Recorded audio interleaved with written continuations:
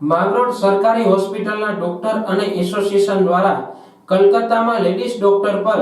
થયેલ હુમલો અને ગેંગરેપ અને હત્યા બાબતે આરોપીઓને તાત્કાલિક પકડી આકરી સજા કરવામાં આવે તેવી માંગ કરતું મામલતદારશ્રીને આવેદનપત્ર આપ્યું છે। આ સાથે આવેદનપત્રમાં ડોક્ટર, હોસ્પિટલ અને સ્ટાફની સલામતી માટે સરકાર દ્વારા ચોક્કસ કાયદો વ્યવસ્થા ઊભી કરવામાં આવે તેવી માંગ પણ કરવામાં આવી છે। શનિવાર અને રવિવાર એમ 2 દિવસ માંગરોળ ડોક્ટર્સ એસોસિએશનના તમામ ડોક્ટર્સની ઓપીડી સુવિધા બંધ રાખી છે। आपने ख्याल हशे हाल में ज आपणे जे कलकत्तामां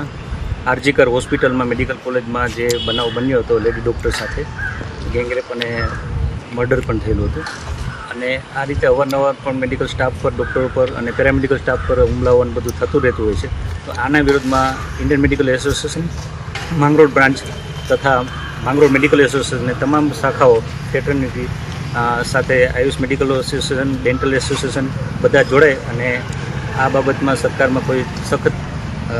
कड़क पगलां लेवामां आवे अने भविष्य में आवा बनावो न बने एना माटेनुं सिक्योरिटी अने कायदाकीय प्रावधान थाय ए मागणी माटे अमे आजे मामदार साहेबने आवेदनपत्र आप्युं छे।